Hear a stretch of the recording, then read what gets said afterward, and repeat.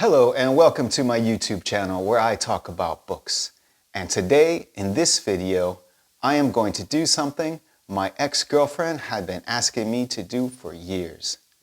Give proof that I am an actual human person capable of feeling emotion. And I know that I am an actual human person capable of feeling emotion because I have, on several occasions, read a book that made me cry. Not because the pages were laced with onions. That doesn't make you cry. That only makes the book smell weird, Catherine. No, I cried because the books contained in them stories. Stories that stirred in me feelings. Feelings of joy, of hope, of sadness. Now, if you like books that do this sort of thing, stir in you feelings, you can help out this channel. All you'll have to do is hit like, hit subscribe especially, and that does help out the channel. It helps me out, and I do appreciate the kind gesture. Now, let's take a look at some books that made me cry. It's all right to cry. The first book I want to talk about is not actually a book, but a play. But it's a play that is in a book. The book is called Emma Donoghue Selected Plays by Emma Donoghue, published in 2015. This is a fantastic collection comprised of 5 plays. And the play I want to talk about specifically is called Ladies and Gentlemen. Ladies and Gentlemen is set back in 1891, mainly backstage of a vaudeville production in a theater in New York. And like a lot of Emma Donoghue's work, the protagonist is a woman, a lesbian, to be precise. And in this play, the protagonist is the star of a vaudeville production wherein she impersonates a man, but not in a sly Victor Victoria kind of way. The audience knows that she is a woman impersonating a man. And I suppose back in this time, that was devious, farcical, even titillating to some. And this star, the protagonist, she has a dresser, a young immigrant woman who is in charge of mending her costumes and helping her get dressed and applying her makeup. After some time, this dresser, her assistant, falls in love with the star. And the star falls in love with the assistant.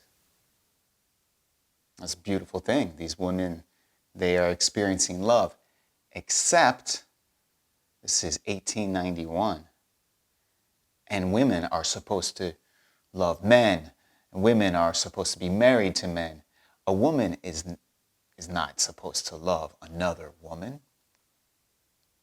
So while they feel love, which is fantastic, society doesn't want them to express that love as if there's some kind of overabundance of love in the world and it needs to be rationed out, something ridiculous like that. Now, the director of this vaudeville act, of this show, he understands what the women are experiencing. He is not unsympathetic, but he knows that this is career suicide if word were to get out that the star is a lesbian. And the cast members, they all depend on the show. They depend on the star for their livelihood. Not to mention the producer and the director, they all depend on this star.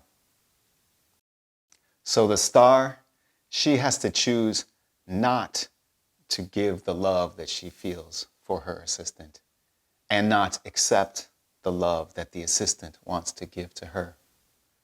She has to choose to be a professional. the show must go on, right?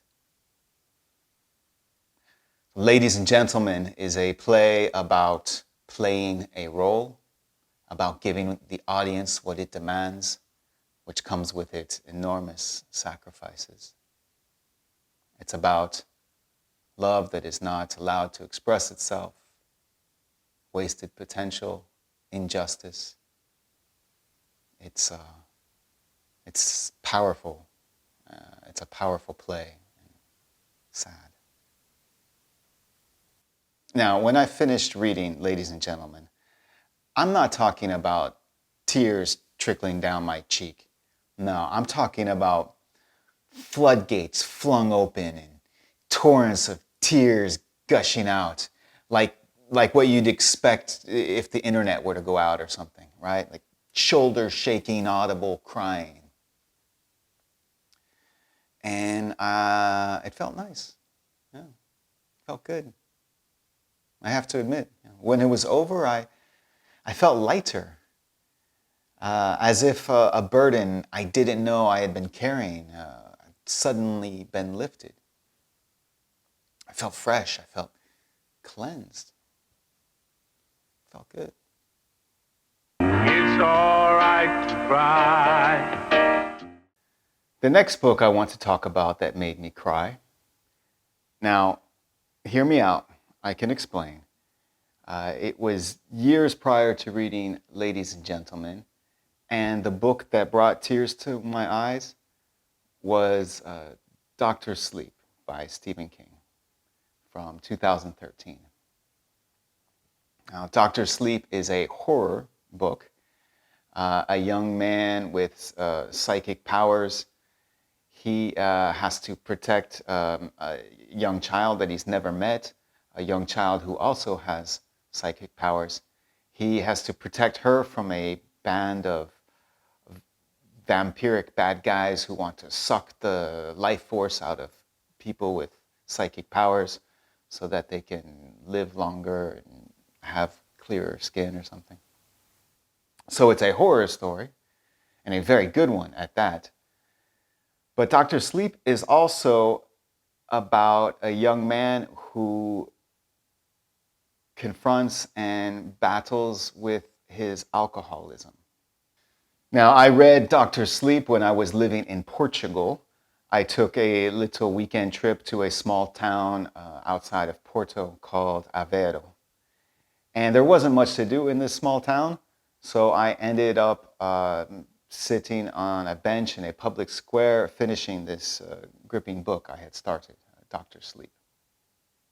And what happens at the end of this book is that the protagonist, this young man who's battling with alcoholism, at the end, he acknowledges this fight that he knows lies ahead of him. He acknowledges it not with resignation. He confronts it, not with arrogance, but he takes a deep breath and he acknowledges, faces the fight ahead of him with his head held high. And the book closes with a note of hope. Now, I myself have done battles with addiction. So this theme explored in literature, it's particularly appealing to me and lands well with me. And this note of hope that Dr. Sleep closes on, it touched me. So I'm sitting there on a bench in a public square in a small town in Portugal. I've got my Stephen King horror book in my hands. I've got tears running down my cheeks, and I'm feeling pretty good. I can feel emotions beyond anxiety and paranoia. I want to celebrate. I want to shout it out to the world, right? So I look around, and there are people passing by, but no one's paying me any attention. Portuguese people do tend to respect people's personal space. So when you're on a bench in a public square or with your horror book in your hand crying in Portugal, people aren't going to pay you any mind. at least not in Aveiro. It's all right to cry. The last book I want to talk about, because yes, books that made me cry, just like reasons I should get back together with my ex, it's a short list. The last book I want to talk about is a French classic, La vie devant soi, or as the unfortunate English translation calls it, The Life Before Us. Even though that's pretty much a literal translation of the title, almost, I do prefer it in French. But The Life Before Us by Romain Gary from 1975. Now, this book is a French classic. It won prestigious awards. There's a movie adaptation made from it. It's widely taught in schools, widely read, a classic. What I find interesting is that there are many French books that manage to cross the cultural borders and have become recognized as classics also in the English language literary landscape. Alexandre Dumas, Victor Hugo, Emile Zola, Camus, etc. But for some reason, The Life Before Us, I don't think it's recognized in the English language literary community. And I don't know why. I could be wrong, but sometimes I look at lists of French classics you need to read, or I've talked with foreign students of French literature and asked them what they're studying, and this title never comes up, which is strange because it's a fantastic book. And I know that efforts have been made to have it cross the cultural borders. There was a Broadway musical made from this book called Rosa with a Z back in 1987. The musical lasted 10 days, so not exactly a hit. No. Your mama will be all right. Like me. I know it. Like me. On the morning after dawn, in the war, without any warning, comes that knock on the door. The Life Before Us centers around the unlikely friendship between an old Jewish lady and a young adolescent Arab street kid. It takes place in Paris in the 1960s, I believe. Not the glamorous Paris, but the poorer section of town. And Madame Rosa, she lives on the 6th floor, no lift, no elevator. And she's an older lady, heavy set with failing health. And she decides she does not want to go die in a hospital. She prefers to stay at home and die, hopefully with some dignity. And this adolescent Arab street kid, he keeps her company. It is a sad story, but it is also a beautiful story with a lot of humanity and kindness, with the wide-eyed wonderment that only a child can express, blended and contrasted, and married with the nostalgia, regret, and resignation that only a dying old lady can express. It's a powerful story and a classic for a reason. So there you have it, books that have made me cry. I have also cried at a few movies while we're on the subject. Roman Holiday, the Billy Wilder film starring Audrey Hepburn. She's a princess.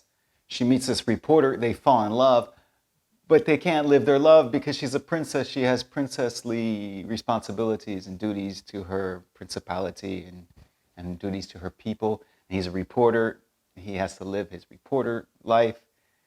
They found love, which is wonderful, but they can't live and develop their love because that's just not the cards that life has dealt them. I also cried at a Hong Kong production, Shaolin Soccer, which is a Stephen Chow film. I am a sucker for the underdog sports formula. the band of misfits, they must come together and overcome these obstacles to beat the team that's almost professional, but they're all mean and they've lost the joy of playing the game, right? And this sports formula, I'm a super easy target for it. And Shaolin Soccer does a fantastic job with it. And it's Stephen Chow, so it's very funny. And it has a mixture of kung fu with football or soccer. And the band of underdog misfits, they come together and they win the big match. I also cried at another sports movie, probably not a great movie, Invictus, Clint Eastwood, starring Matt Damon. But I'm an easy target for the underdog sports formula. So there you have it. Proof that I am an actual human being capable of feeling emotion. I would love to hear from you. Have you heard of The Life Before Us? Is that a book that is on your radar? What Stephen King book made you cry in Portugal? Or if you don't want to share that, just stop by the comment section and say hi. I always love to hear from you. And thank you for watching. I will see you at the next video.